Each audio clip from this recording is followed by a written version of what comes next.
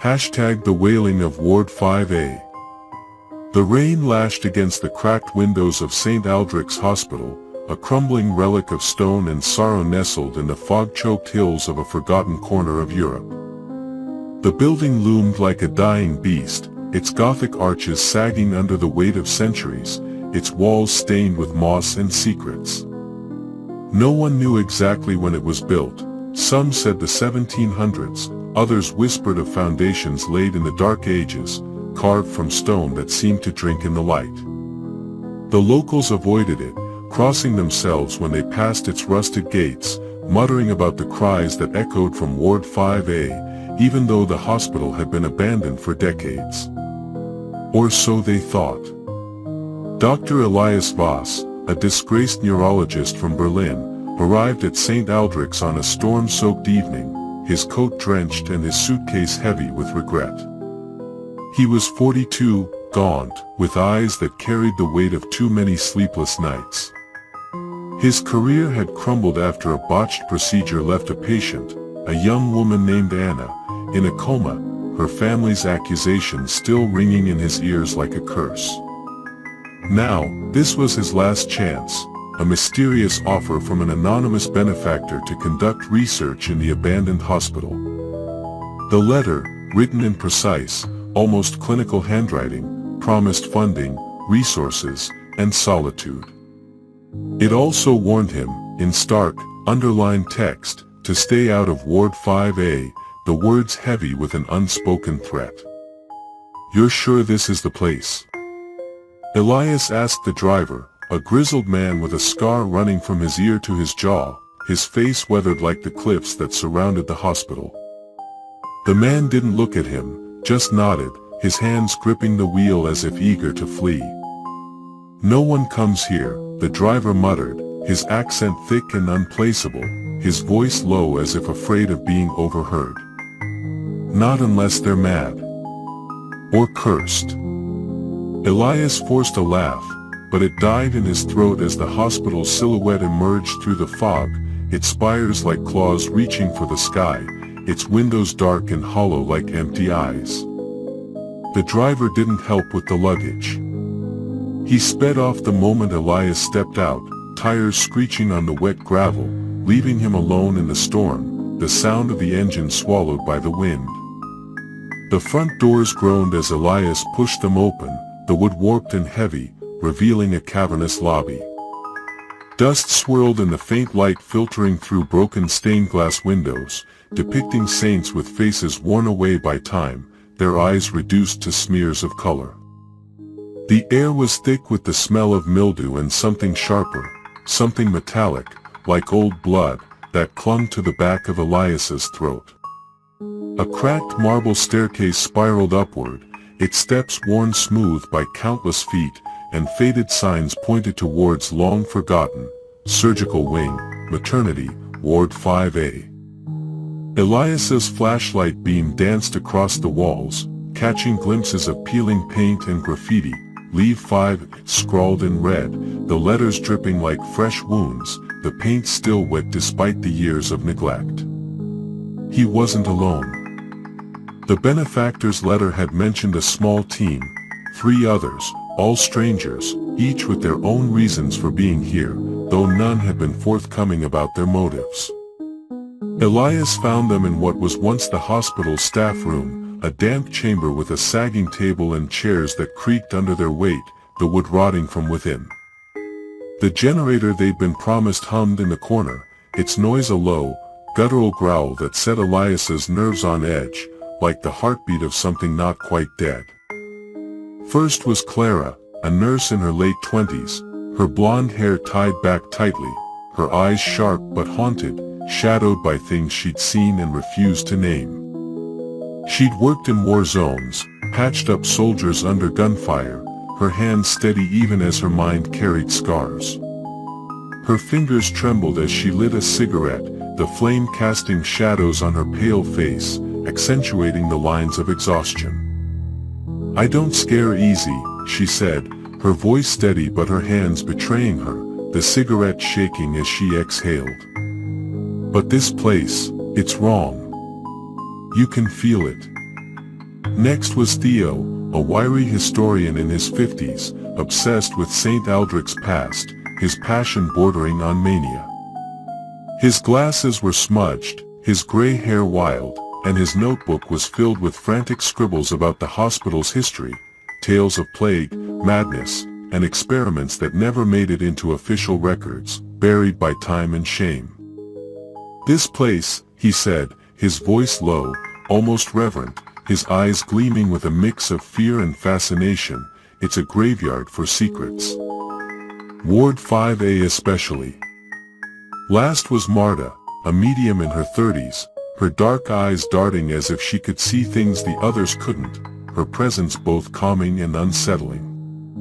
She wore a shawl embroidered with strange symbols, spirals and eyes that seemed to watch Elias as she moved, their threads glinting in the dim light. She clutched a rosary that looked older than the hospital itself, its beads worn smooth by countless prayers, its crucifix tarnished but heavy with meaning. "The spirits here are restless," she whispered when Elias introduced himself, her voice soft but carrying a weight that made his skin prickle. "They're loudest in 5A. Why does everyone keep mentioning Ward 5A?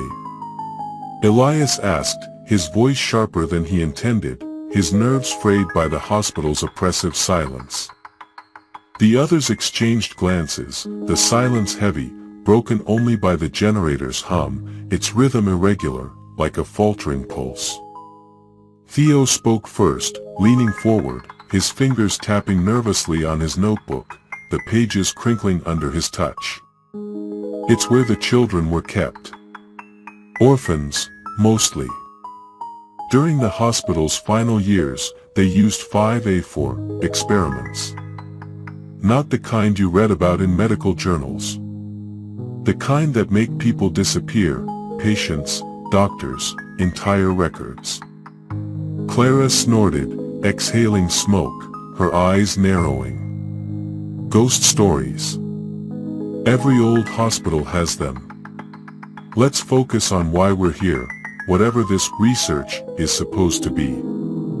Her voice was sharp, but her hands shook as she stubbed out her cigarette, the ash falling like snow.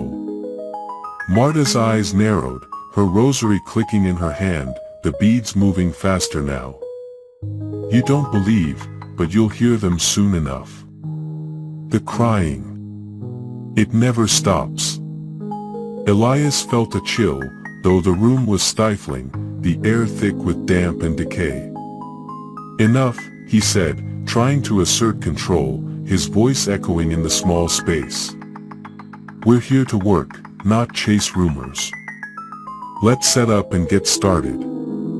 The team spent the first day unpacking equipment, Elias's EEG machines, meant to study brain activity but now gathering dust in his disgrace, their screens dark and silent, Theo's stacks of moldy records, salvaged from forgotten archives, their pages brittle and yellowed, Clara's medical supplies, meticulously organized, her hands moving with practiced precision despite her trembling fingers, and Marta's candles and charms, arranged in a circle around her cot, their flames flickering even in the still air.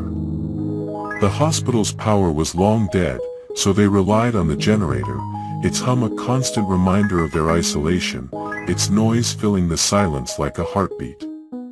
By nightfall, they'd claimed a wing on the second floor, far from Ward 5A, which was locked behind a rusted gate on the 5th floor, its keyhole clogged with corrosion, its bars etched with scratches that looked too deliberate to be random. That night, Elias couldn't sleep. The wind howled outside, rattling the windows, and the hospital creaked like a ship at sea, its timbers groaning under some unseen weight. He lay on his cot, staring at the ceiling, his mind replaying Anna's face, her trust, her pain, his failure, the moment her eyes had gone blank, the machines beeping their accusation. He was about to drift off when he heard it, a faint, high-pitched wail, like a child sobbing, its pitch uneven, unnatural. It was distant but unmistakable, rising and falling like a lullaby sung by something not quite human, something that knew his name. He sat up, heart pounding, his breath catching in his throat. The sound stopped, replaced by silence so thick it felt like a weight on his chest, pressing him down. He grabbed his flashlight and stepped into the hall, the beam trembling in his hand, casting long shadows that seemed to move when he wasn't looking. Clara was already there, her face pale, her cigarette unlit, her hands shaking as she clutched it like a lifeline. "You heard it too?" she whispered, her voice barely audible, her eyes wide with something that wasn't quite fear, something deeper, more primal. Elias nodded, his throat dry, his pulse racing. "Where's it coming from?" She pointed upward, her hand trembling, her fingers steady despite the shake. "5th floor. Ward 5A. They woke Theo and Marta, who were less surprised than Elias expected, their faces grim, their movements quick. Theo clutched his notebook, muttering about patterns in the records, his fingers smudging the ink as he flipped through pages. Marta whispered prayers under her breath, her rosary clicking faster, her eyes darting as if she could see the source of the wail. Against Elias's better judgment, they decided to investigate, the pull of the sound too strong to ignore, like a hook in their minds. The stairs to the 5th floor were narrow, the air growing colder with each step, as if the hospital were exhaling frost, the walls slick with condensation that felt wrong, almost alive. The gate to Ward 5A was heavy, its lock rusted but intact, its bars cold to the touch. Clara, with a strength that surprised Elias, pried it open with a crowbar from her supplies, the metal screeching like a scream, the sound echoing down the stairwell. The ward was a maze of shadowed corridors, lined with doors that hung off their hinges, their wood splintered, their hinges rusted. The air was thick with dust, and the smell of decay was stronger here, almost suffocating, mixed with a faint, sickly sweetness that made Elias's stomach churn. Children's drawings were pinned to the walls, crude sketches of eyes, hands, and figures with no faces, drawn in crayon and something darker, something that glistened in the flashlight's beam, something that smelled of iron. The crying started again, louder now, echoing from the end of the hall, a sound that clawed at Elias's nerves, each sob a needle in his skull. "Do you see that?" Marta hissed, pointing to a door at the far end, her voice sharp, her rosary clicking like a metronome. It was closed, unlike the others, and a faint light flickered beneath it, pulsing like a heartbeat, its glow unnatural, too blue, too cold. Elias's mouth went dry, his flashlight beam trembling as it fell on the door. "That's impossible. There's no power up here." Theo's voice trembled, his notebook clutched to his chest like a shield. "It's not electricity. It's something else."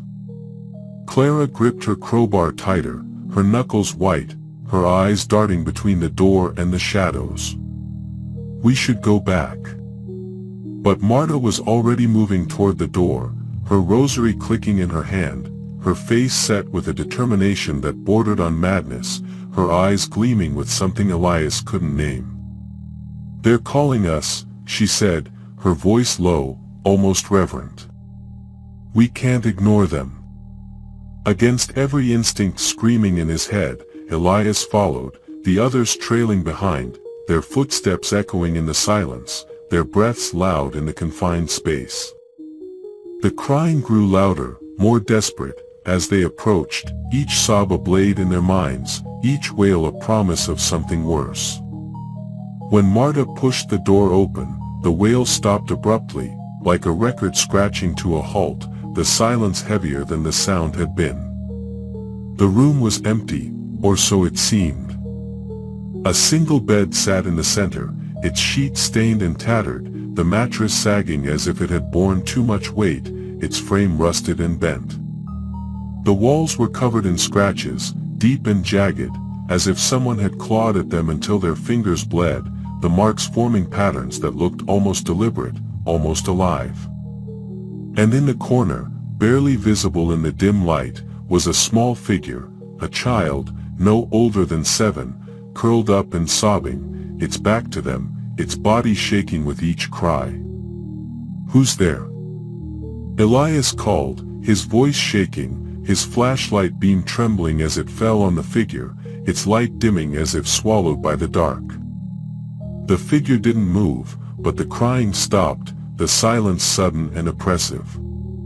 Slowly, it raised its head, revealing a face that wasn't a face, just a smooth, pale expanse where eyes and mouth should have been, its surface gleaming like polished bone. Clara screamed, dropping her crowbar, the clang echoing in the silence, the sound swallowed by the room. Theo stumbled back, muttering incoherently, his notebook slipping from his hands, pages fluttering to the floor. Marta began chanting, her voice rising in panic, her rosary beads clicking like gunfire, her eyes wide with terror. The figure stood, its movements jerky, like a puppet with tangled strings, its limbs bending at angles that defied bone and muscle. It pointed at them, and the air grew heavy, pressing against their chests, making it hard to breathe, the pressure of physical force. Elias felt his vision blur, his thoughts unraveling as whispers filled his mind, children's voices, dozens of them, begging, screaming, accusing, asterisk, "You left us. You failed us. Asterisk. Get out." Clara shouted, grabbing Elias's arm and pulling him toward the door, her voice raw, her hands shaking.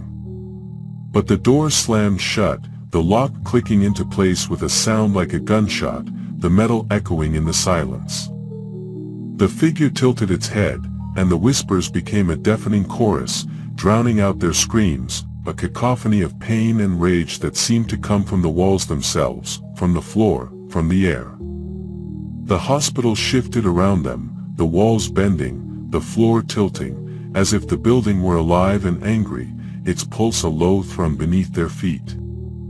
Elias's flashlight flickered, casting long, twisted shadows that moved when they shouldn't, forming shapes that weren't human, shapes that watched them. Theo was on his knees, clutching his notebook, tears streaming down his face, his voice a sob. "It's the experiments," he said, his words barely audible over the whispers. "They never stopped. They're still here." Marta's prayers grew frantic, her rosary beads snapping one by one, scattering across the floor like teeth, their clatter swallowed by the noise. Clara swung her crowbar at the door, but it wouldn't budge, the metal ringing uselessly, the sound echoing back as if mocking her. The figure took a step closer, and the temperature plummeted, frost forming on the walls, crackling like breaking glass, the air so cold it burned their lungs. "What do you want?" Elias shouted, his voice raw, his heart pounding so hard he thought it would burst, his hands clenched into fists. The figure didn't answer, but the whispers did, their words weaving through his mind like thorns, sharp and relentless. Asterisk, "You brought us back. You opened the door. Asterisk." Elias's mind raced, fragments of the letter flashing through his thoughts, the promise of redemption, the warning about Ward 5A, the anonymity of the benefactor, the precise handwriting that seemed too perfect, too deliberate. It was all a trap, but who had said it? And why? He thought of Anna, her face haunting him, her coma a shadow over his life, her family's accusations a chorus of their own. Was this connected? Was he here because of her? The figure raised its hand, and the room filled with the sound of children's laughter, sharp, cruel, and wrong, like glass shattering in reverse, each note a blade in their minds. The walls bled, dark liquid seeping from the scratches, pooling on the floor, the smell of blood overwhelming, thick and coppery. Clara screamed again, her voice breaking, her hands clawing at her ears as if she could tear the whispers out, her eyes wide with terror. Marta collapsed, clutching her chest, her eyes wide with something beyond fear, resignation, acceptance, as if she'd known this was coming. Elias grabbed Theo, dragging him to his feet, his hands shaking, his voice hoarse. "We have to find another way out." But the figure was moving faster now, gliding across the floor without touching it, its blank face somehow radiating hunger, a need that went beyond flesh. The whispers became screams, and the air crackled with static, like a radio tuned to a dead frequency, the sound vibrating in their bones. Elias's flashlight died, plunging them into darkness, the only light coming from the flickering glow beneath the door, now pulsing faster, brighter, like a heartbeat. And then, from the shadows, more figures emerged, children, dozens of them, their faces blank, their hands reaching, their movements synchronized like a swarm, their forms twisting in ways that defied reality. Elias's heart thundered as he stumbled backward, his back hitting the cold, wet wall, the liquid seeping into his clothes, cold and sticky. The children, if they could be called that, moved in unison, their featureless faces turned toward the group, their bodies bending at angles that made Elias's stomach churn, their presence a weight that pressed against his chest. Clara swung her crowbar wildly, her breath coming in gasps, her eyes wild with fear. "Stay back," she screamed, but the figures didn't flinch, their hands reaching, their blank faces somehow conveying hunger, a need that was endless, insatiable. One reached for her, its pale hand brushing her arm, and she yelped, dropping the crowbar, her skin turning an unnatural shade of gray where it had touched her, the color spreading like ink in water, the veins beneath pulsing black. "Clara!" Elias lunged forward, pulling her away, her body trembling in his grip, her eyes wide, unfocused, as if she'd seen something beyond the room, something that broke her. "What's happening to me?" she whispered, her voice barely audible over the rising cacophony of whispers, her words slurred as if she were fighting to stay conscious. Theo was muttering to himself, flipping through his notebook as if it held the answers, pages tearing under his frantic fingers, his glasses fogged with sweat. "The records. I read about this. The experiments, they weren't just medical. They were trying to bind something. Something not human." Marta, still on the floor, clutched her broken rosary, her lips moving silently, her eyes darting to the figures, her face pale and slick with sweat. She screamed, a sound that cut through the whispers like a blade, "They're not children. They're vessels." Elias didn't understand, but there was no time to ask, the air growing thicker, the whispers louder, the figures closer. He grabbed Clara's arm, dragging her toward the corner of the room, where a rusted vent cover hung loosely on the wall, its edges jagged and sharp, the metal corroded but intact. "There," he shouted, his voice hoarse. "We can get out through that." Theo snapped out of his trance, scrambling to follow, his notebook falling to the floor, pages scattering like dead leaves, their ink smudged and unreadable. Marta was slower, her movement sluggish, as if the air itself were holding her back, her shawl catching on the bed's rusted frame, tearing as she moved. Elias kicked at the vent cover, the metal groaning as it gave way, revealing a narrow tunnel that smelled of rust and decay, the air stale and heavy. The opening was barely wide enough for an adult, but it was their only chance, their only hope. "Go!" Elias yelled, pushing Clara toward the vent, his hands shaking, his heart pounding.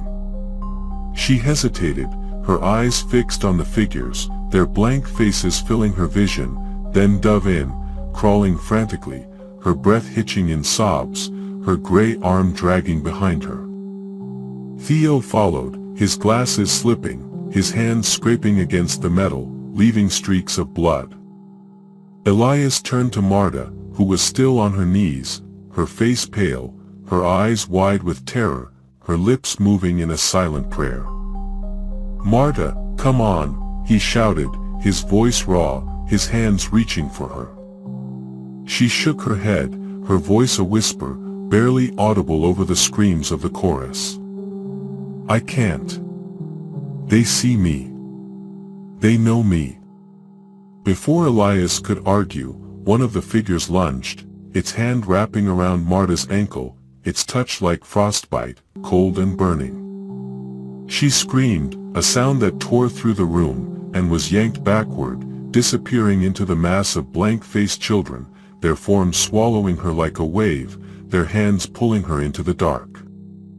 The last thing Elias saw was her rosary skittering across the floor, beads rolling into the shadows, glinting in the flickering light, their crucifix bent and broken.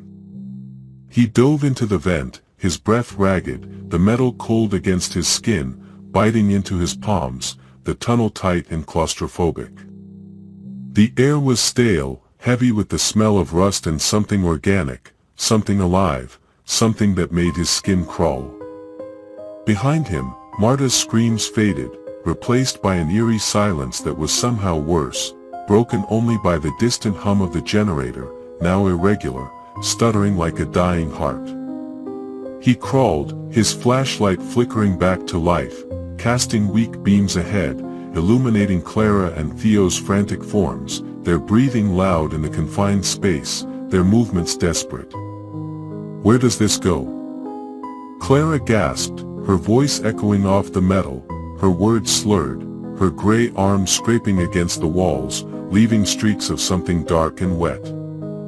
"I don't know," Elias admitted, his mind racing, his heart pounding against his ribs, his flashlight beam trembling. "Just keep moving." The vent seemed to stretch forever, twisting and turning through the hospital's ancient framework, the walls vibrating faintly, as if the building were alive, pulsing with some malevolent energy, its heartbeat a low thrum beneath them. Every few feet, Elias's flashlight caught glimpses of scratches on the metal, marks that looked like claw marks, too small to be adult hands, too deep to be accidental, some fresh, the metal gleaming where the rust had been scraped away.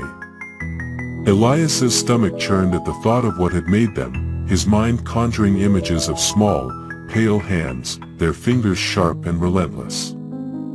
Finally, the vent opened into a larger chamber, a forgotten maintenance room filled with rusted pipes and broken machinery, the floor slick with oil and something thicker, darker, that squelched under their boots. The trio tumbled out, gasping for air, their clothes torn, their hands bloodied from the sharp metal, their bodies shaking from cold and fear. Clara was trembling, her arm now entirely gray, the skin cracked and flaking like old paint, the black veins pulsing beneath, creeping toward her shoulder, her fingers twitching uncontrollably.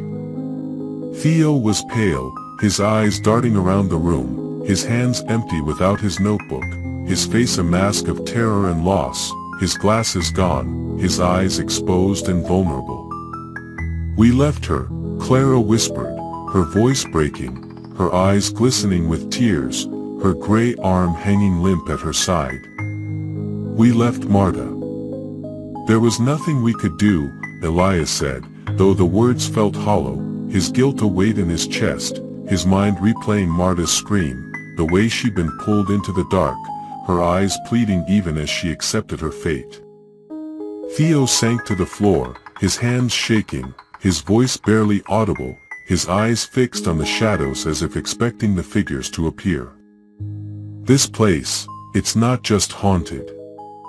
It's alive. The experiments, they opened something. A door that shouldn't have been opened." "What are you talking about?"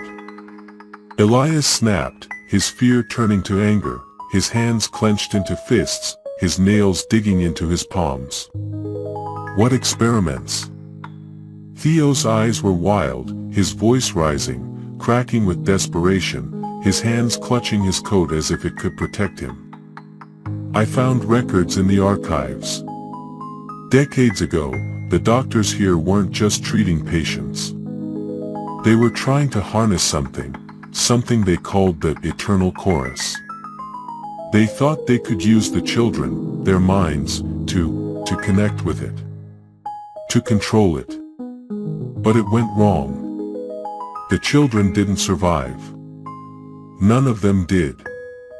Clara's face hardened, her cigarette long forgotten, her hands trembling as she clutched her gray arm, her fingers digging into the cracked skin.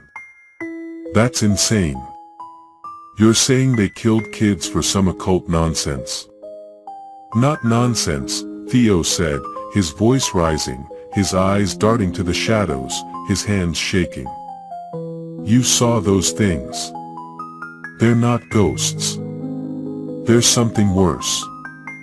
The chorus, it's still here, trapped in Ward 5A. And we just let it out. Elias's stomach twisted, his mind reeling, his thoughts a jumble of fear and guilt. The letter had mentioned research, but nothing about this, nothing about children, experiments, or a force called the Eternal Chorus. Who had sent them here? And why had they been warned to avoid Ward 5A, only to be drawn to it like moths to a flame? He thought of Anna, her face haunting him, her coma a shadow over his life, her family's accusations a chorus of their own. Was this connected? Was he here because of his failure?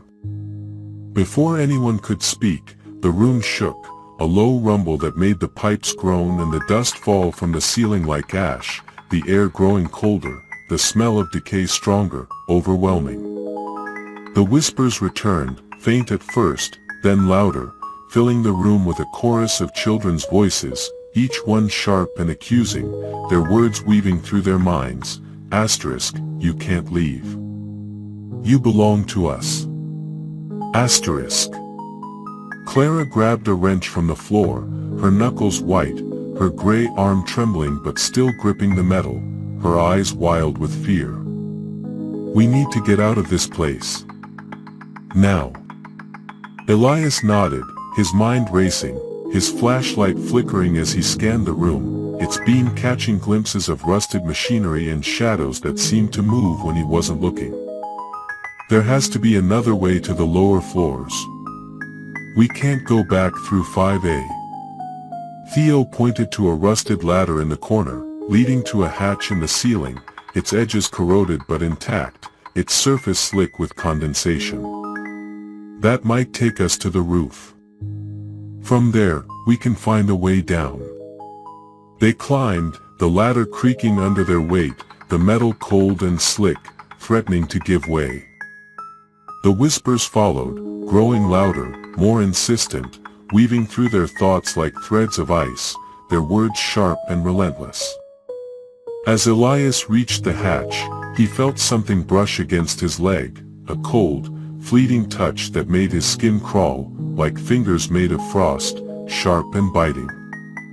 He didn't look back, just pushed the hatch open and climbed onto the roof, the storm hitting him like a physical force, the wind howling, the rain blinding. The wind screamed, the rain coming down in sheets, the fog so thick it was like wading through a dream, the air heavy with the smell of ozone and decay. The hospital's spires loomed around them, their jagged silhouettes cutting through the gray, their stone blackened by time and neglect, their edges sharp like blades. Lightning flashed, illuminating the roof, and the figures waiting there, their presence a weight that pressed against Elias's chest. Dozens of them, blank-faced children, standing in a circle, their hands linked, their bodies swaying in the storm as if untouched by the wind, their forms solid yet somehow fluid, like shadows given form. They didn't move, didn't speak, but the whispers were deafening now, a cacophony of voices that seemed to come from inside their skulls, each one accusing, pleading, demanding.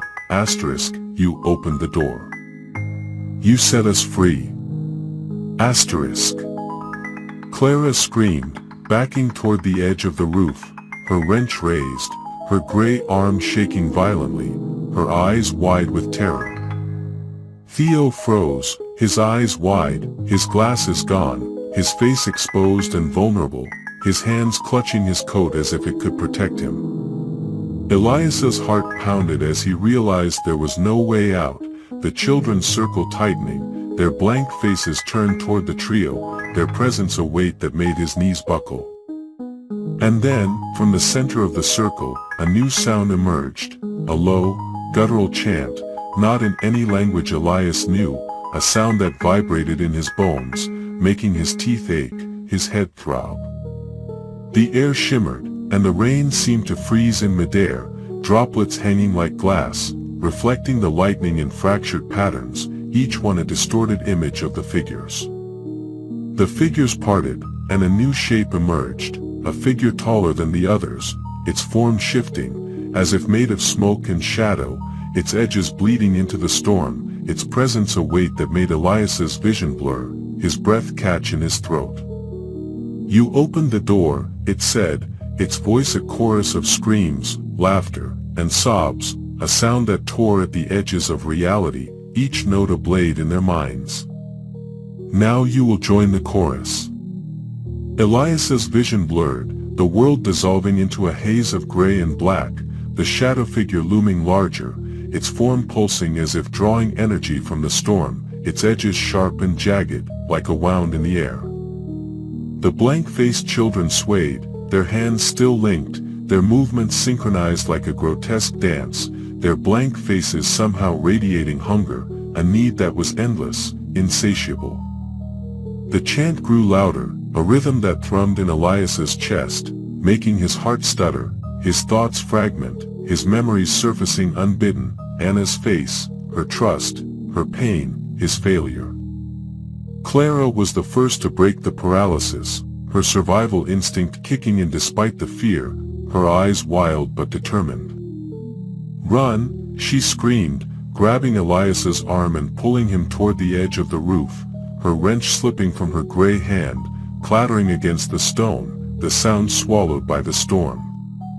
Theo stumbled after them, his face pale, his eyes darting as if he could see the whispers in the air, his hands empty without his notebook, his only anchor gone. The figures didn't chase them, not yet, but their voices followed, weaving through the wind, promising things Elias couldn't bear to understand. *, you can't run. You're already ours. *. There. Clara pointed to a fire escape, its rusted metal ladder dangling precariously over the side of the building, swaying in the wind, its rungs slick with rain. The drop was dizzying, the ground lost in the fog below, but it was their only chance, their only hope. Elias went first, his hands slipping on the wet rungs, his breath hitching as the ladder groaned under his weight, the metal creaking like a dying animal, threatening to give way. Clara followed, her gray arm trembling, her fingers struggling to grip the rungs, her face pale with pain, her eyes wide with terror. Theo was last, his movements sluggish, as if the whispers were pulling him back, his muttered words lost in the storm, his face a mask of fear. Halfway down, Elias felt the ladder shake, not from their weight, but from something else, a vibration that traveled through the metal like a pulse, sharp and relentless. He glanced up and froze, his blood turning to ice, his breath catching in his throat. The blank-faced children were at the edge of the roof, their heads tilted, their hands reaching down, their forms silhouetted against the lightning, their blank faces somehow more terrifying in the flickering light. One of them began to climb, its movement spider-like, unnatural, its limbs bending at angles that made Elias's stomach churn, its blank face inches from Theo's, its hand reaching, its touch a promise of something worse than death. "Faster!" Elias shouted, his voice swallowed by the storm, his hands burning from the cold metal, his fingers numb from the effort. Clara slipped, her foot catching on a broken rung, her gray arm failing her, her fingers slipping on the wet metal. She caught herself, but her face was pale, her eyes wide with pain, her breath coming in short, sharp gasps, her gray arm now up to her elbow, the skin cracking, black veins pulsing beneath. "My arm," she gasped, her voice barely audible over the wind. It's spreading." Elias looked at her arm, his heart sinking, his stomach twisting. The gray patch had grown, creeping up to her shoulder, the skin cracked and flaking, veins beneath it turning black, pulsing faintly, like a heartbeat not her own. Her hand shook, her fingers curling involuntarily, as if no longer under her control, moving with a life of their own. "Hold on," he said, his voice tight, his own fear threatening to overwhelm him. "We're almost there." But they weren't.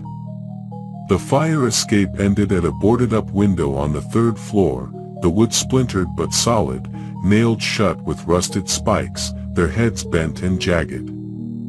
Elias kicked at it, his boots leaving dents but not breaking through, the wood stubbornly holding, the sound of his kick swallowed by the storm. Above them, the child thing was getting closer, its blank face inches from Theo's, its hand reaching, its touch a promise of something worse than death, its movements fluid yet wrong, like a shadow given form. Theo was muttering again, his voice barely audible over the wind, his words a jumble of fear and desperation. The chorus, "It's not just here. It's everywhere. It's in the walls, the air, his words cut off as the child thing's hand brushed his ankle, and he screamed, a sound of pure terror, his body jerking as if shocked, his hands slipping on the rungs. "Shut up and help." Clara snapped, slamming her wrench against the boards, her good arm trembling with effort, her gray arm hanging limp, twitching unnaturally. The wood splintered, revealing a dark hallway beyond, the air thick with dust and the smell of decay, the darkness swallowing the light. Elias kicked again, and the boards gave way, tumbling into the shadows, the sound echoing like a gunshot, sharp and final.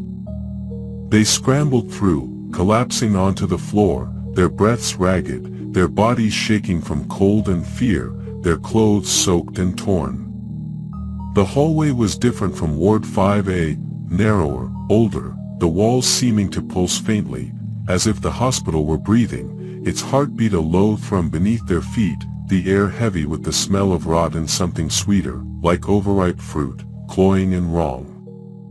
Elias's flashlight flickered, its beam catching glimpses of faded wallpaper, peeling to reveal stone beneath, carved with symbols, spirals, eyes, hands, that seemed to shift when he wasn't looking directly at them, their edges blurring, their forms alive. The air was thick, the temperature dropping, the walls slick with condensation that felt wrong, almost alive, like sweat on skin. "Where are we?" Clara whispered, her voice trembling, her gray arm hanging limp at her side, her wrench clutched in her other hand, her knuckles white. Theo's eyes darted around, his hands shaking as he clutched his coat, his notebook gone, his only anchor lost. The old wing. The record said it was sealed off after the experiments. No one was supposed to come here. Then why is it open? Elias asked, his voice sharp, his flashlight beam trembling as it swept the hall, catching glimpses of shadows that moved when they shouldn't, shapes that weren't there when he looked again. Before Theo could answer, the whispers returned, softer now, but more insidious, slipping into their minds like smoke, each word a needle in their thoughts. Asterisk, you can't run. You're part of us now. Asterisk. Clara clutched her head, her wrench clattering to the floor, her eyes squeezed shut, her body swaying as if she might collapse. "Make it stop," she begged, her voice breaking, her gray arm twitching, the black veins pulsing faster now, creeping toward her chest. "It's in my head."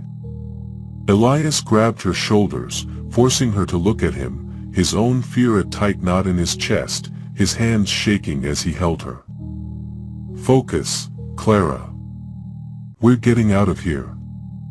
But even as he said it, he felt the weight of the hospital pressing down on him, the walls seeming to close in, the symbols glowing faintly, pulsing in time with the whispers, their light casting shadows that moved like living things. And then, from the darkness at the end of the hall, a new sound, a slow, deliberate scraping, like nails on a chalkboard, each note a blade against their nerves, sharp and relentless. Theo froze, his face ashen, his voice barely a whisper, his eyes wide with terror. "It's coming." Elias turned, his flashlight beam trembling as it caught the shape moving toward them. It was the shadow figure from the roof, its form more solid now, its edges sharp and jagged, like a wound in the air, its presence a weight that made the air thick, hard to breathe. It moved slowly, deliberately, as if savoring their fear, its form pulsing with the same rhythm as the whispers. Behind it, the blank-faced children appeared, their numbers growing, filling the hallway, their hands reaching, their movements synchronized like a tide, their blank faces somehow conveying hunger, a need that was endless, insatiable. "We can't fight that," Clara said, her voice barely a whisper, her gray arm now twitching uncontrollably, the fingers curling and uncurling as if alive on their own, the black veins pulsing faster, spreading toward her chest. Elias's mind raced, his thoughts a jumble of fear and guilt, his memories surfacing unbidden, Anna's face, her trust, her pain, the moment he'd realized he'd failed her, the moment her eyes had gone blank, the machines beeping their accusation. The letter, the experiments, the chorus, it was all connected, but how? And why them? He thought of his failure, the way Anna's family had looked at him, their eyes accusing, their voices a chorus of their own. Was this punishment? Or was it something worse? "We need to find the source," he said, his voice firm despite the terror clawing at his chest, his resolve hardening like steel. "If the chorus is tied to this place, there has to be something, some record, some artifact, that explains it." Theo nodded, his eyes lighting up with a manic intensity, as if clinging to purpose could keep the fear at bay, his hands shaking as he clutched his coat. "The archives. There's a room in the basement. I saw it in the plans. It's where they kept the real records, the ones they didn't want anyone to find." "Then that's where we're going," Elias said, his voice steadying, his flashlight beam cutting through the dark, though it flickered with every step.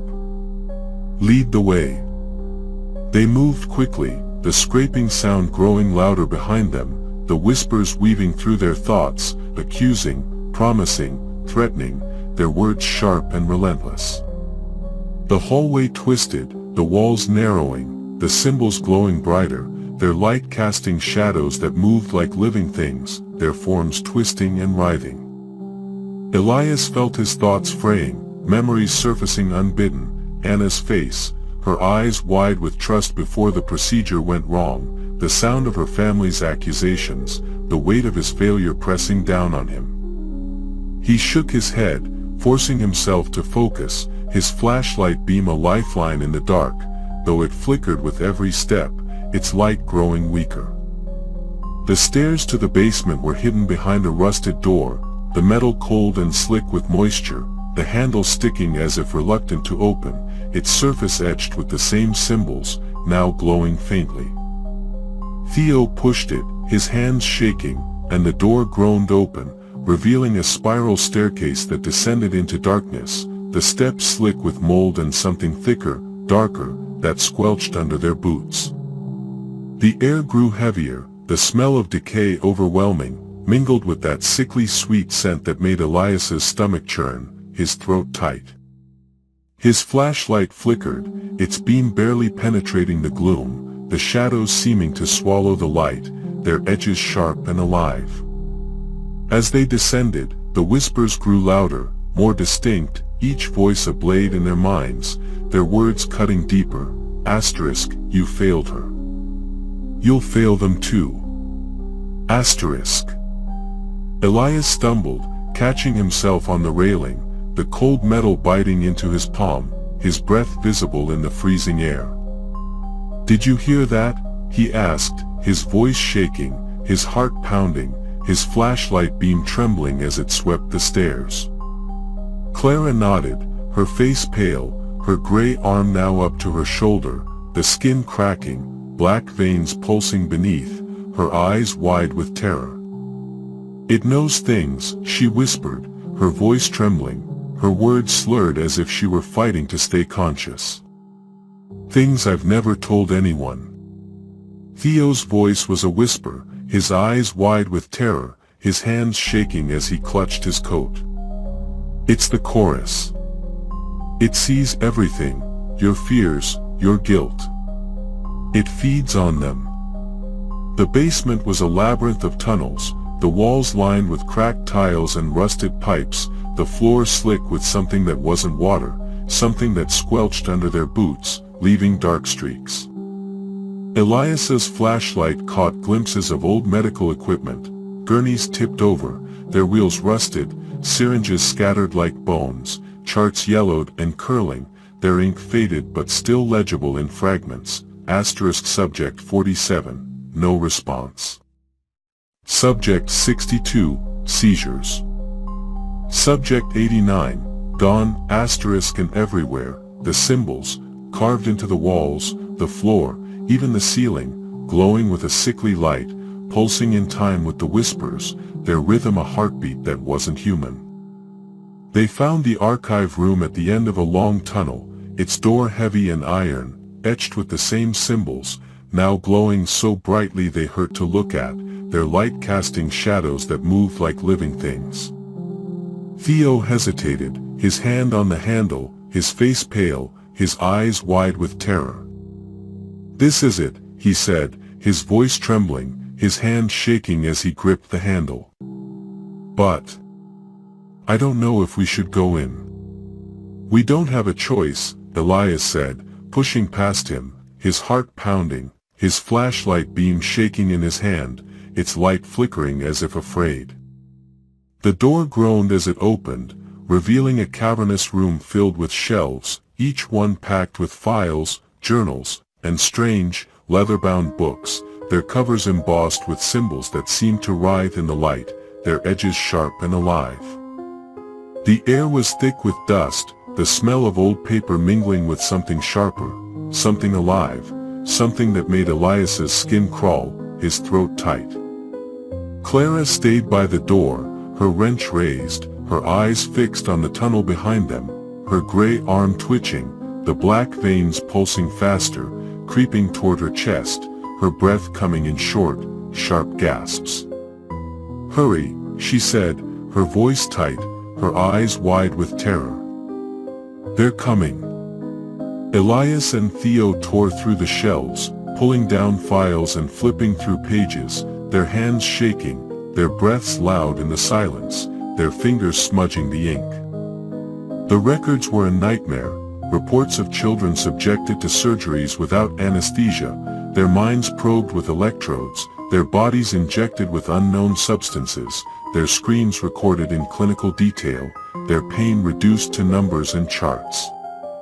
The doctors had been trying to open a door, to connect with something they called the eternal chorus, a force they believed could grant them power over life and death, a god they could harness, a god they could control.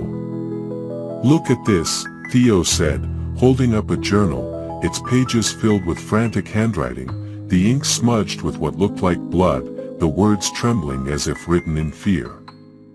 They thought the children's minds were pure, malleable. They used them as conduits, but something went wrong. The chorus, it wasn't what they expected. It took them. Elias's hands shook as he read, his eyes scanning the pages, the words burning into his mind, each one a weight on his soul. The final entry was dated decades ago, the handwriting scrawled in a panic, the ink smeared with what could only be blood, asterisk, the chorus is awake. It speaks through the children. We cannot close the door. God forgive us. Asterisk. Before Elias could respond, the room shook, the shelves rattling, books falling to the floor, their pages fluttering like dying birds, their words a jumble of fear and despair. The whispers became screams, and the symbols on the walls flared, their light blinding, burning Elias's eyes, making his head throb. Clara screamed, her wrench clattering to the ground, her gray arm now up to her chest, her fingers twitching uncontrollably, the black veins pulsing faster, spreading toward her heart. "They're here," she shouted, her voice breaking, her eyes wide with terror. The shadow figure emerged from the tunnel, its form towering now, its edges bleeding into the darkness, its presence a weight that made the air thick, hard to breathe, its form pulsing with the same rhythm as the whispers. The blank-faced children followed, their numbers endless, their hands reaching, their movements synchronized like a tide, their blank faces somehow conveying hunger, a need that was endless, insatiable. But there was something else, something worse. The air in the room began to warp, the walls bending inward, the floor cracking, the tiles splitting to reveal stone beneath, carved with more symbols, now pulsing faster, brighter, their light a sickly green that burned the eyes. And from the cracks, a new sound emerged, a low, resonant hum, like the heartbeat of something vast and ancient, something that had been waiting for centuries, its pulse shaking the room, the air, their bones. Elias's vision blurred, his thoughts fragmenting, the chorus's voices digging deeper, pulling up memories he'd buried, Anna's face, her trust, her pain, the moment he'd realized he'd failed her, the moment her eyes had gone blank, the machines beeping their accusation, her family's voices a chorus of their own. "We need to destroy it," Elias said, his voice firm, his resolve hardening despite the fear, his hands shaking as he clutched the journal. "Whatever they did, it's tied to this place. If we can find the source, we can stop it." Theo nodded, his face pale but determined, his hands shaking as he clutched the journal, his eyes wide with a mix of fear and purpose. "There's a ritual chamber. The records mention it, below the archives. That's where they opened the door." Clara was shaking, her gray arm now spreading to her chest, her breath coming in short, sharp gasps, her eyes fluttering as if she were fighting to stay conscious. I can't feel it anymore," she whispered, her voice barely audible over the hum, her body swaying as if she might collapse. Elias grabbed her hand, ignoring the cold, lifeless feel of her skin, the black veins pulsing beneath, their rhythm a mockery of life. "Stay with us, Clara. We're going to end this." They ran, the shadow figure and its children following, their whispers now a deafening roar, the hum growing louder, the air vibrating with it, the walls shaking, the symbols pulsing faster, their light blinding. The tunnels twisted, the walls closing in, the air growing colder, the smell of decay stronger, the sweet scent cloying, suffocating. Elias felt his mind slipping, the chorus's voices digging into his memories, his fears, his guilt, their words sharp and relentless. He saw Anna again, her face contorted in pain, her voice accusing him, "You let me die." The ritual chamber was a massive cavern, its walls carved with the same symbols, now glowing so brightly they burned Elias's eyes, casting shadows that moved like living things, their forms twisting and writhing. In the center was a stone altar, stained with dark, dried blood, surrounded by a circle of candles that flickered despite the damp air, their flames cold and blue, their light unnatural, casting no warmth. Above the altar, the air shimmered, a tear in reality, pulsing with the same hum they'd heard before, revealing glimpses of something beyond, something vast, dark, and alive, its edges shifting, its form impossible to grasp, its presence a weight that made Elias's knees buckle, his breath catch in his throat. "This is it," Theo said, his voice trembling, his eyes wide with a mix of awe and terror, his hands shaking as he clutched the journal. The door. The shadow figure appeared at the entrance, its form filling the cavern, its presence a crushing weight that made the air thick, hard to breathe, its edges bleeding into the darkness. The children fanned out, their blank faces turned toward the altar, their hands raised as if in worship, their movements synchronized like a ritual, their forms fluid yet wrong, like shadows given form. The hum grew louder, the tear in the air widening, revealing more of the thing beyond, a mass of writhing shadows, eyes that weren't eyes, mouths that weren't mouths, a presence that made Elias's mind scream, his thoughts fragmenting. Clara collapsed, her gray arm now spreading to her chest, her face pale, her eyes fluttering as if she were fighting to stay conscious, her breath coming in short, sharp gasps. I can't fight it, she gasped, her voice barely audible over the hum, her body trembling, her gray skin cracking, the black veins pulsing faster, spreading toward her heart. Elias knelt beside her, his heart pounding, his hands shaking as he held her shoulders, his voice raw. Hold on, Clara. We're going to end this.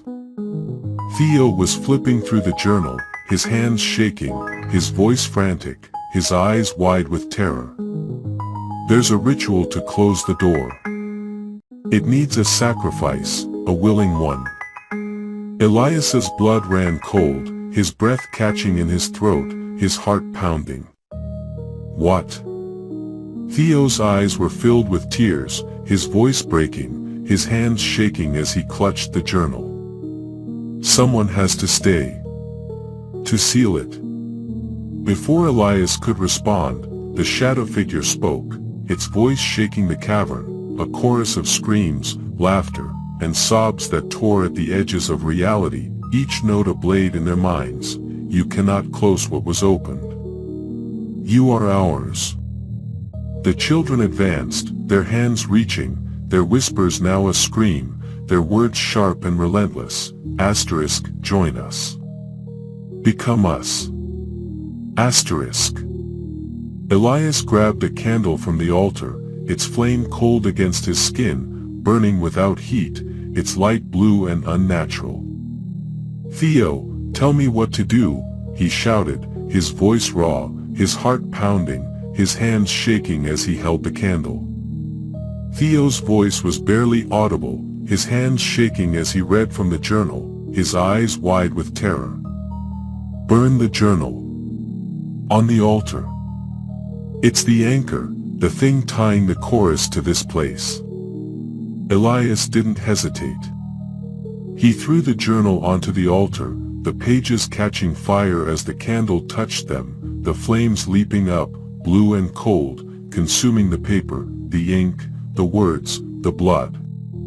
The shadow figure screamed, a sound that shattered the air, the children collapsing, their forms dissolving into smoke, their blank faces twisting in agony, their screams a chorus of pain and rage. The tear in the air pulsed, then began to shrink, the hum fading, the air growing still, the symbols on the walls dimming, their light fading. But the shadow figure wasn't done. It lunged, its form enveloping Clara, its edges wrapping around her like a shroud, its presence a weight that made the air thick, hard to breathe. She screamed, her body convulsing, the gray spreading across her face, her eyes going blank, featureless, like the children's, her voice gone, her body twitching unnaturally. Elias grabbed her, pulling her away, but her body was cold, her eyes empty, her voice replaced by the chorus, its words sharp and relentless. Asterisk, you can't save her. You can't save yourself. Asterisk. Clara. Elias shouted, his voice breaking, his hands shaking as he held her, his heart pounding, his vision blurring with tears. Theo grabbed his shoulder, his face pale, his eyes wide with terror, his voice frantic. She's gone, Elias. Run. The cavern was collapsing, the walls cracking, the symbols fading, the candles flickering out one by one, their flames snuffed out by some unseen force. Elias carried Clara, her weight heavy, her body cold, her gray skin now covering her torso, her face a blank mask, her eyes featureless, her body twitching as if alive on its own. They ran, the tunnels shaking, the whispers fading but never stopping, the hum a distant echo, the air growing colder, the smell of decay stronger.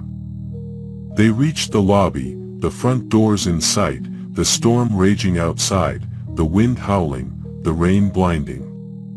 Clara stirred, her head turning toward Elias, her blank eyes seeming to see him, her face a mask of nothing, her voice not her own, a chorus of voices, cold and sharp, cutting through the air. You can't leave.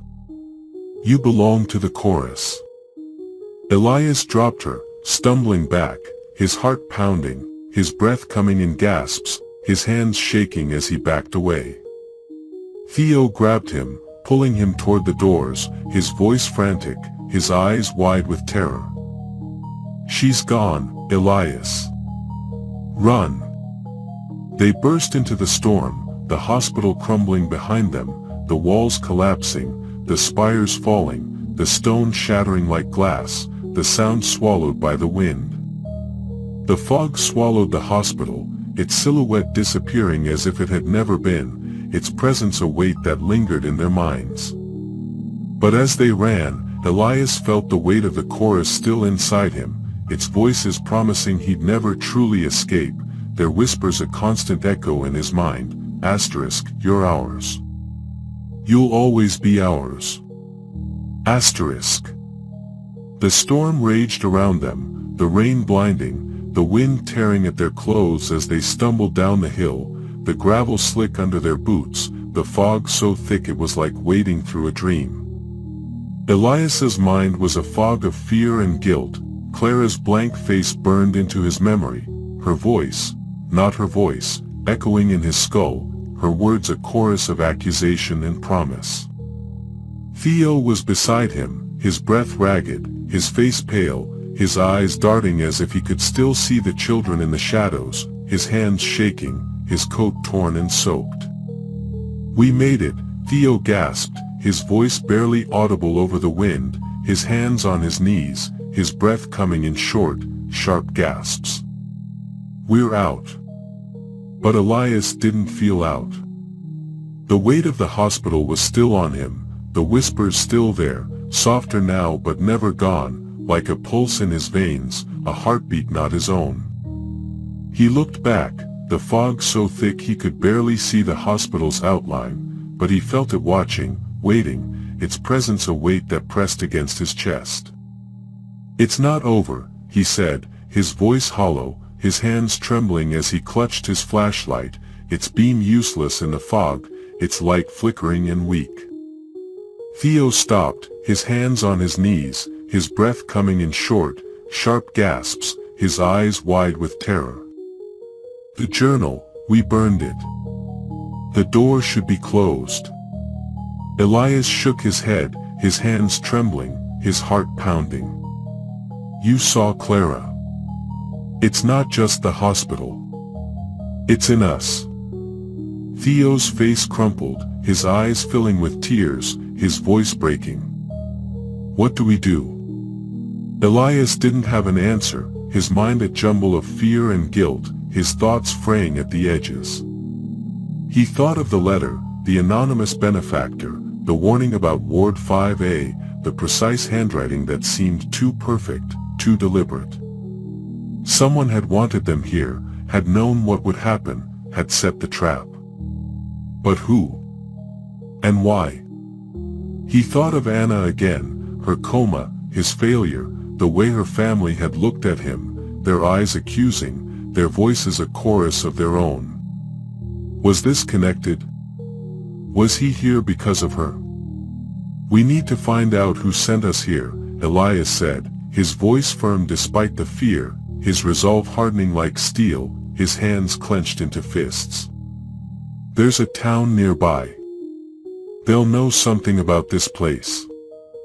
Theo nodded, his face pale but determined, his eyes wide with a mix of fear and purpose. The locals, they warned me when I was researching.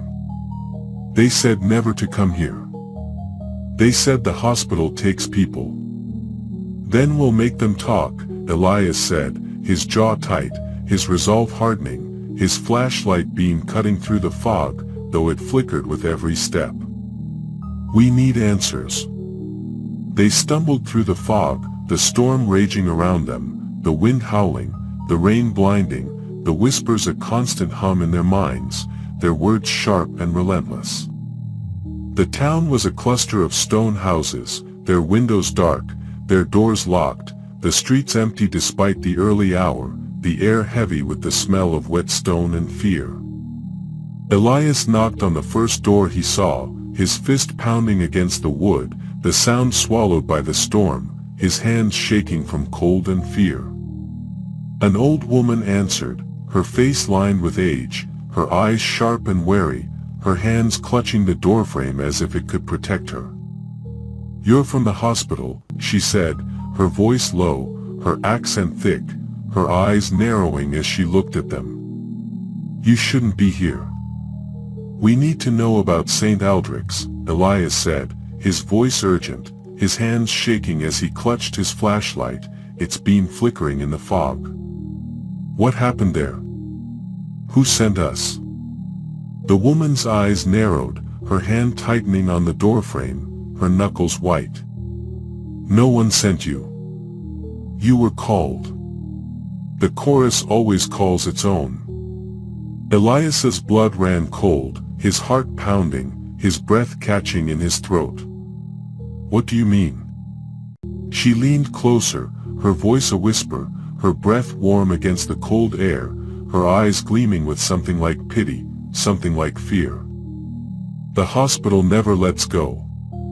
You opened the door, and now it's in you. You'll hear it forever." Before Elias could respond, the door slammed shut, the lock clicking into place, the sound sharp and final, echoing in the silence. The whispers surged, louder now, filling his mind, their voices a chorus of accusation and promise, their words sharp and relentless. Asterisk, "You're ours. You'll always be ours." Asterisk. He stumbled back, his vision blurring, the fog closing in, the storm raging around them. Theo grabbed his arm, his face pale, his eyes wide with terror, his voice frantic. "What do we do now?" Elias didn't answer, his mind a fog of fear and guilt, his thoughts fraying at the edges. He didn't know. The hospital was gone, but the chorus was still there, its voice as a part of him, its weight a chain he couldn't break. He looked at Theo, his face a mirror of his own fear, and realized they were no longer alone. In the fog, shapes moved, blank-faced children, their hands reaching, their whispers a promise of eternity, their forms fluid yet wrong, like shadows given form. Elias's heart pounded, his breath coming in gasps, his flashlight beam trembling as it swept the fog, catching glimpses of the figures, their blank faces turned toward them, their hands reaching, their presence a weight that pressed against his chest. He grabbed Theo's arm, pulling him back, his voice raw. "Run!" They ran, the fog swallowing them, the storm raging, the whispers following, their voices a chorus that never stopped, their words sharp and relentless. Asterisk, "You can't run. You're already ours." Asterisk. The town seemed to shift around them, the streets twisting, the houses blurring into the fog, their windows dark and empty, their doors locked, their silence a weight that pressed against Elias's chest. The whispers were louder now, their voices weaving through his thoughts, pulling up memories he'd buried, Anna's face, her trust, her pain, the moment he'd failed her, the moment her eyes had gone blank, the machines beeping their accusation. He saw her family again, their eyes accusing, their voices a chorus of their own, their words sharp and relentless. Asterisk, you let her die. Asterisk. Theo was gasping beside him, his breath ragged, his face pale, his eyes wide with terror. They're everywhere, he whispered, his voice breaking, his hands shaking as he clutched his coat. The children, they're in the fog. Elias didn't look back, his heart pounding, his flashlight beam trembling as it swept the fog, catching glimpses of the figures, their blank faces turned toward them, their hands reaching, their forms fluid yet wrong. He pulled Theo along, his boots slipping on the wet cobblestones, the storm raging around them, the wind howling, the rain blinding. They needed shelter, answers, something to stop the whispers, to stop the chorus. They stumbled into a small church at the edge of the town, its wooden door ajar, its interior dark and silent, the air heavy with the smell of old wood and wax. The pews were empty, the altar bare, the stained glass windows cracked, their saints staring down with faces worn away by time, their eyes empty, like the children's. Elias slammed the door shut, the sound echoing in the silence, the whispers quieter now but never gone, their voices a constant hum in his mind. Theo collapsed onto a pew, his hands shaking, his face pale, his eyes wide with terror. "We can't keep running," he said, his voice breaking, his hands clutching his coat. "It's in us. The chorus, it's part of us now." Elias shook his head, his hands trembling as he clutched his flashlight, its beam flickering, its light weak and useless. "We can fight it," he said, his voice firm despite the fear, his resolve hardening like steel. "We need to find out who sent the letter. Why they wanted us here." Theo's eyes widened, his voice a whisper. "You think it was someone from the town?" Elias didn't answer, his mind racing, his thoughts a jumble of fear and guilt. He thought of the letter again, its precise handwriting, its promise of redemption, its warning about Ward 5A. Someone had known what would happen, had wanted them to open the door, to set the chorus free. But who? And why? He thought of Anna, her coma, his failure, the way her family had looked at him, their eyes accusing, their voices a chorus of their own. Was this connected? Was he here because of her?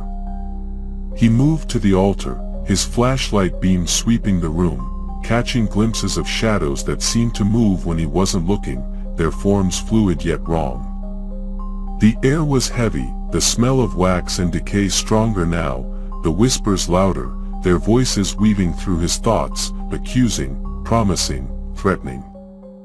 He found a small door behind the altar, its wood warped and heavy, its handle cold and slick with condensation. "Where does this go?" Theo asked, his voice trembling, his eyes wide with terror, his hands shaking as he stood. "I don't know," Elias said, his voice firm, his resolve hardening despite the fear. "But we're not staying here." He pushed the door open, revealing a narrow staircase descending into darkness, the air cold and heavy, the smell of decay overwhelming, mingled with that sickly sweet scent that made his stomach churn. The whispers followed, their voices louder now, their words sharp and relentless. Asterisk, you can't run. You're already ours. Asterisk. They descended, the stairs slick with mold and something thicker, darker, that squelched under their boots, the walls closing in, the air growing colder, the symbols appearing again, carved into the stone, glowing faintly, pulsing in time with the whispers. The staircase ended in a small chamber, its walls lined with shelves, each one packed with books and scrolls, their pages yellowed and curling, their covers embossed with the same symbols, now glowing brighter, their light casting shadows that moved like living things. Elias's flashlight beam swept the room, catching glimpses of the books, their titles in languages he didn't recognize, their pages filled with diagrams of the human body, the brain, the soul, their words a jumble of science and madness. One book stood out, its cover leather, its pages thick with dust, its title etched in gold, The Eternal Chorus, a study in transcendence. Elias's hands shook as he opened it, the pages brittle, the ink smudged with what looked like blood, the words trembling as if written in fear. The book was a record of the experiments, detailing the children's suffering, their minds used as conduits, their bodies broken to open the door to the chorus, a force the doctors believed could grant them immortality, power, godhood. But the chorus was not what they thought. It was ancient, hungry, alive, and it had taken the children, the doctors, the hospital itself, binding them to it, making them part of its endless song. "The letter," Theo said, his voice trembling, his eyes wide with terror as he read over Elias's shoulder. "It's in here. The same handwriting." Elias's heart pounded, his hands shaking as he turned the pages, finding a folded letter tucked inside, its handwriting identical to the one that had brought them here, its words precise and clinical, asterisk, "You are chosen. The chorus awaits. Ward 5A is the key." Asterisk, but there was no signature, no name, only a symbol, a spiral with an eye at its center, the same symbol carved into the walls, the floor, the altar. "Who wrote this?" Elias asked, his voice raw, his heart pounding, his hands shaking as he held the letter. Theo shook his head, his face pale, his eyes wide with terror. "I don't know. But they knew we'd come. They knew we'd open the door." Before Elias could respond, the chamber shook, the shelves rattling, the books falling to the floor, their pages fluttering like dying birds, their words a jumble of fear and despair. The whispers became screams, and the symbols on the walls flared, their light blinding, burning Elias's eyes, making his head throb. The air grew colder, the smell of decay stronger, the sweet scent cloying, suffocating. And then, from the darkness at the end of the chamber, the shadow figure appeared, its form towering now, its edges bleeding into the darkness, its presence a weight that made the air thick, hard to breathe. The blank-faced children followed, their numbers endless, their hands reaching, their movements synchronized like a tide, their blank faces somehow conveying hunger, a need that was endless, insatiable. The hum returned, louder now, a heartbeat that shook the room, the air, their bones, its rhythm a promise of eternity. Elias's vision blurred, his thoughts fragmenting, the chorus's voices digging deeper, pulling up memories he'd buried, Anna's face, her trust, her pain, the moment he'd realized he'd failed her, the moment her eyes had gone blank, the machines beeping their accusation. He saw her family again, their eyes accusing, their voices a chorus of their own, their words sharp and relentless, asterisk, "You let her die." Asterisk. "We need to destroy it," Elias said, his voice firm, his resolve hardening despite the fear, his hands shaking as he clutched the book. The book, the letter, it's all connected. It's the anchor. Theo nodded, his face pale but determined, his hands shaking as he clutched his coat. "There's a ritual in the book. To close the door. But it needs a sacrifice, a willing one." Elias's blood ran cold, his heart pounding, his breath catching in his throat. "What?" Theo's eyes were filled with tears, his voice breaking, his hands shaking as he clutched the book. "Someone has to stay. To seal it." Before Elias could respond, the shadow figure spoke, its voice shaking the chamber, a chorus of screams, laughter, and sobs that tore at the edges of reality, each note a blade in their minds. "You cannot close what was opened. You are ours." The children advanced, their hands reaching, their whispers now a scream, their words sharp and relentless, asterisk, "Join us. Become us." Asterisk. Elias grabbed a candle from the shelf, its flame cold against his skin, burning without heat, its light blue and unnatural. "Theo, tell me what to do," he shouted, his voice raw, his heart pounding, his hands shaking as he held the candle. Theo's voice was barely audible, his hands shaking as he read from the book, his eyes wide with terror. "Burn the book. In the center of the chamber. It's the anchor, the thing tying the chorus to this place." Elias didn't hesitate. He threw the book into the center of the chamber, the pages catching fire as the candle touched them, the flames leaping up, blue and cold, consuming the paper, the ink, the words, the blood. The shadow figure screamed, a sound that shattered the air, the children collapsing, their forms dissolving into smoke, their blank faces twisting in agony, their screams a chorus of pain and rage. The tear in the air pulsed, then began to shrink, the hum fading, the air growing still, the symbols on the walls dimming, their light fading. But the shadow figure wasn't done. It lunged, its form enveloping Theo, its edges wrapping around him like a shroud, its presence a weight that made the air thick, hard to breathe. Theo screamed, his body convulsing, his eyes going blank, featureless, like the children's, his voice gone, his body twitching unnaturally. Elias grabbed him, pulling him away, but his body was cold, his eyes empty, his voice replaced by the chorus, its words sharp and relentless. Asterisk, you can't save him. You can't save yourself. Asterisk. Theo. Elias shouted, his voice breaking, his hands shaking as he held him, his heart pounding, his vision blurring with tears. The chamber was collapsing, the walls cracking, the symbols fading, the candles flickering out one by one, their flames snuffed out by some unseen force. Elias dragged Theo, his weight heavy, his body cold, his blank eyes staring into nothing, his face a mask of nothing. They ran, the tunnels shaking, the whispers fading but never stopping, the hum a distant echo, the air growing colder, the smell of decay stronger. They reached the church, the door in sight, the storm raging outside, the wind howling, the rain blinding. Theo stirred, his head turning toward Elias, his blank eyes seeming to see him, his face a mask of nothing, his voice not his own, a chorus of voices, cold and sharp, cutting through the air. You can't leave. You belong to the chorus.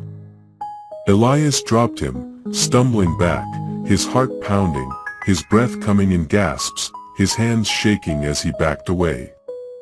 The whispers surged, louder now, filling his mind, their voices a chorus of accusation and promise, their words sharp and relentless. Asterisk, you're ours. You'll always be ours. Asterisk. He ran, the church door slamming shut behind him, the storm swallowing him, the fog closing in, the whispers following, their voices a constant hum in his mind. The town was gone, the houses lost in the fog, the streets twisting, the air heavy with the smell of wet stone and fear. He ran, his boots slipping on the cobblestones, his flashlight beam trembling, its light flickering and weak. The figures were there, in the fog, their blank faces turned toward him, their hands reaching, their whispers a promise of eternity, their forms fluid yet wrong, like shadows given form. Elias didn't know where he was going, his mind a fog of fear and guilt, his thoughts fraying at the edges. The hospital was gone, the town was gone, but the chorus was still there, its voice as a part of him, its weight a chain he couldn't break. He ran, the whispers following, their words sharp and relentless. Asterisk, you can't run.